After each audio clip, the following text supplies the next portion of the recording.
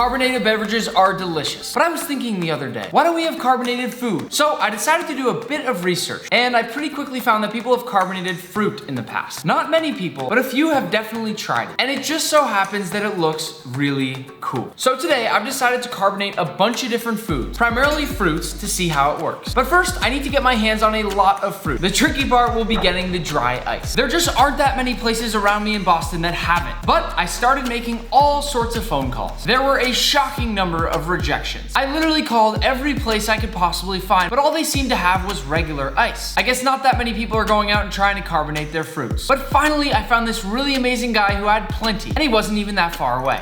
Oh, you do? Oh.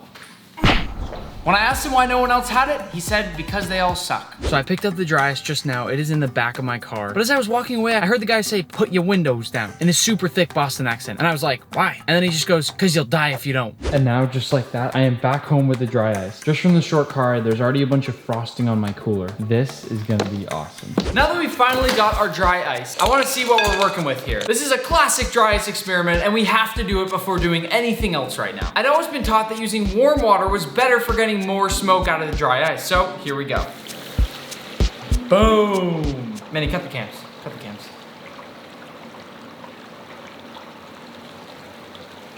In all seriousness, when holding this, I feel pretty badass. It just feels like I'm invincible.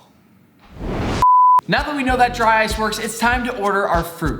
Just got the notification. My order has arrived. These are super heavy, so I'm definitely lucky someone tackled this shopping trip for me. And it looks like all my fruit and veggies here are fresh, perfectly ripe, and in season. I mean, just look at these ripe vine tomatoes, or this crisp watermelon.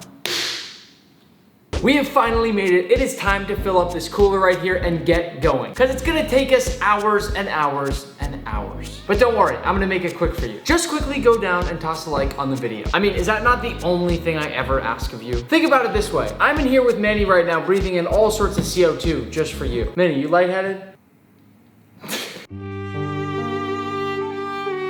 First things first, I'm gonna open up my cooler to begin to pile in my dry ice.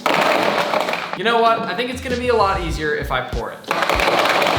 Once I've poured in all my dry ice, I'm gonna move it all to one corner of my cooler. In order to carbonate this fruit, I want it sitting as far away from the dry ice as possible. I'm then gonna cover up the dry ice with a few kitchen towels to kind of contain it all to one place and make sure none of the fruit gets stuck to it. And then I'm gonna start putting in my fruit and veggies. I've heard from a lot of people that grapes are the coolest thing you can make carbonated, but I have a weird feeling that oranges are gonna be my favorite, so I'm excited to see how that'll play out. While I'm putting these in, I'll explain the process really quickly. The way this works is actually quite simple. Dry ice is just frozen carbon dioxide. So as it sits here, it turns into a CO2 gas, and as we probably all know, CO2 is what makes carbonated water. And the same exact thing applies here. And we then seal the entire cooler with plastic wrap, which is then gonna keep that CO2 in there and make everything pressurized, thereby pushing that carbon dioxide into the fruit and making carbonated fruit. Manny and I also found a really clever way to wrap this cooler up. Just moments after we finish wrapping this, look how much pressure there already is. This is already really puffed up over the top of the cooler. And just think about how this will be if we leave it for hours.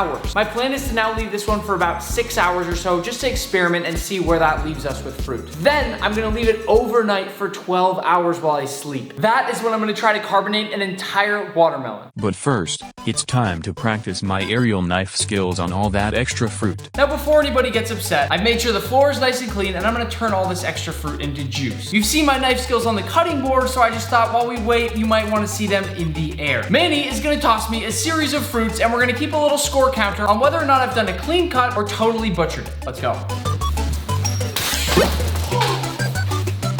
Direct hit!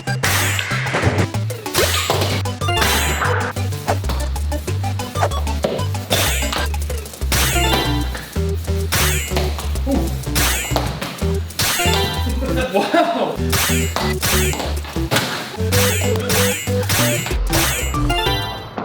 Ready? Yo, what are you drinking? It's all the fruit from the floor. Now that we've waited about 6 hours for this first go around, this thing is very puffy. I'm gonna break the tension with my knife and then open it up. And now, everybody, is the moment of truth. So here's the thing. We can hear a very light, slight sizzling here. And just like I predicted, some of the ingredients that were too close to the dry ice look frozen already. That is a frozen strawberry. But the real question is, will any of these fruits and veggies be carbonated? Well, there's only one way to find out. Ooh, it'll work. My entire mouth tastes like grape soda right now. It's crazy. Hold on. Pop in like 3 of these. It's crazy. Oh my god. Doesn't it? It literally tastes foam like soda in my mouth. It foams your entire crazy. mouth, right? So here's the thing, we're on to something. That pressure started pushing into those grapes, and I wanted to check on this because I've never done it before, and I didn't want all of these to freeze and ruin our entire experiment. I'm gonna shift the fruits and veggies, including of course our good old cucumbers, further away from that dry ice to make sure none of them freeze, and then perhaps most importantly, the entire point of our video. We want to carbonate a whole watermelon, but we can't do it if it's fully closed. So after I make a few cuts around this thing, I'll toss the whole watermelon into my cooler along with some more dry ice, and then we'll close it down again and wrap the whole thing up. And I will see you tomorrow morning. It's a new day and it's time to cut this thing open to see if we actually carbonated a watermelon. Not just any watermelon, a perfect summer watermelon. We'll slice this open, releasing all that pressure, and then tear off the plastic wrap once again. I am really crossing my fingers for this one. If you're listening closely there, you can hear that faint sizzling, which is a really great sign because it means that we have something very important here, carbonation. I really can't help myself here, so I'm gonna dive right in on one of these pre-sliced chunks of watermelon. Oh my God.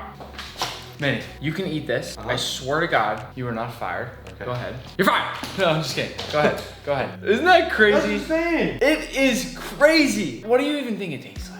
Explosion of like bubbles in your mouth. Like a lot of bubbles. The entire thing is carbonated with tiny little bubbles. First things first, let's check out this pineapple right here. Watch as I squeeze it. I mean, aside from being this gorgeous, juicy pineapple, the whole thing is sizzling if you listen to it. Let me show you up close. Can you hear that? So first things first, I'm gonna try a slice of pineapple. This is so weird. Pretty much what I think is gonna happen is that if I've ever had any sodas that are a similar flavor to the fruit that I'm eating, so let's say orange soda or grape soda or any type of fruit flavored soda, that's what this is all gonna taste like. It's sort of indescribable because when you eat a piece of watermelon, you don't expect there to be all this foam in your mouth after, but suddenly that's the case. There's all these little tiny sparks and they actually feel like smaller bubbles than you normally get from something like sparkling water, but it's fascinating. So let's try more. Next up, we have these vine ripened tomatoes. While I'd certainly say they feel a little bit more plump than they were before, the coolest part about it is this. I don't know how easily you can tell, but there's tons and tons of little tiny bubbles that have formed at the edges of this tomato, right under the skin. In fact, with this other batch of tomatoes here, you can see that they carbonated so much that they actually popped and cracked. And if we go inside, you can see that all that tomato juice is actually carbonated. I wasn't gonna do this, but here we go. Carbonated tomato is a no-go. One of the coolest things I've seen yet are these kiwis. All that moisture and all that carbonation has been pushed to the top here. So when I actually go to eat it, my whole mouth is tingling. Manny loves my kiwis. I do. No, don't respond. And you get that same amazing phenomenon with this orange right here. Just look at all that carbonated liquid that comes out as I squeeze it. This right here tastes exactly like an orange soda. My favorite one yet, by far. Because of how cool that was with the carbonation on the other orange, I want to do it again. I have to do it again. I'll be honest, I don't know how well the kiwi is gonna work. This is a peach, not a kiwi.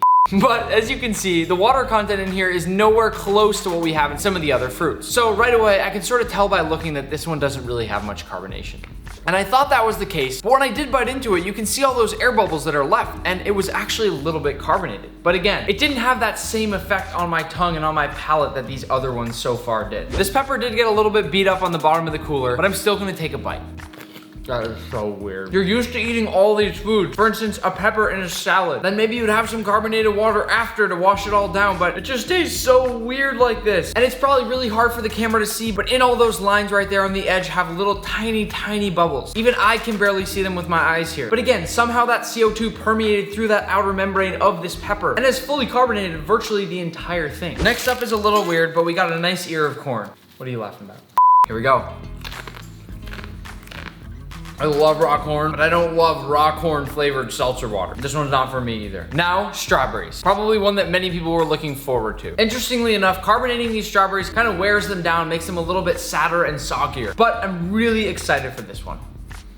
That is really good. The one interesting thing there about this is the fact that strawberries by themselves aren't all that sweet. So if you were to go out and get a strawberry flavored seltzer water, this is exactly what I imagine it would taste like. No added sugar, just that bubbly goodness and that natural flavor of strawberry. Next up, we got grapes. Grapes are the thing that everyone says are the most fun fruit to carbonate. Man, can you hear that? Can you hear this? Put your ear up to my mouth. Oh, I'm drooling. You know when your mouth has that feeling of foaminess? When you eat something that just fizzes up and foams up in your mouth, and you can't really talk without that muffled sound coming out? That is what it feels like to eat carbonated grapes. Before we get to our main event, the watermelon, I want to taste this cucumber, given the fact that it's a cute little Persian cucumber, and as some of you know, I'm Persian. Cucumbers are one of my favorite things out there, so how could I not want to see it carbonated? They're pretty cool. What's really cool about the cucumber is that it gives a certain zing. And you know what I associate cucumbers with a lot is a nice cucumber yogurt dill sauce, which of course has that tartness because of the acidity in the yogurt. So having a carbonated cucumber actually gives somewhat of that same effect, which I think is really interesting. But enough talking about all the smaller fruits and vegetables. Let's get to the behemoth of the day, the watermelon. Did we carbonate a full watermelon? We're about to find out. Now it's time to cut open this watermelon. I'm not gonna be using a samurai sword this time because I want a nice clean cut down the middle of our melon. Does this right here remind anybody of anything? What about the million times I've been just like this, about to open up a steak to see that moment of truth? This right here today is our moment of truth. So let's open it up. Look at all those bubbles right there. In fact, look all over the entire watermelon. As I squeeze this thing a little bit, you can see even more bubbles forming. I'm not sure how easy it is to see for you, but this entire watermelon half just has so many tiny little bubbles, which makes me think we've done it. I actually think that just by cutting off the ends of this watermelon and leaving it overnight with dry ice, really carbonated this entire thing. It's time now to cut a nice big hunk of this watermelon, perhaps a slice more even than this. That's perfect, and give it a try. You see that giant white cluster right there? Those are all air bubbles. I thought nothing, absolutely nothing, would beat those grapes or potentially the oranges. But this is the best piece of watermelon I've ever had in my life. Let me take a bite. It's like candy. I'm not gonna fire Manny the rest of the day. It's that good. Well, that was a fun video, and I'd call it a huge success. To me, it's pretty clear now that watermelon is the go-to food if you plan on carbonating any of your food anytime soon. Before we finish, I wanna remind you to go down and like and subscribe. This watermelon is calling my name.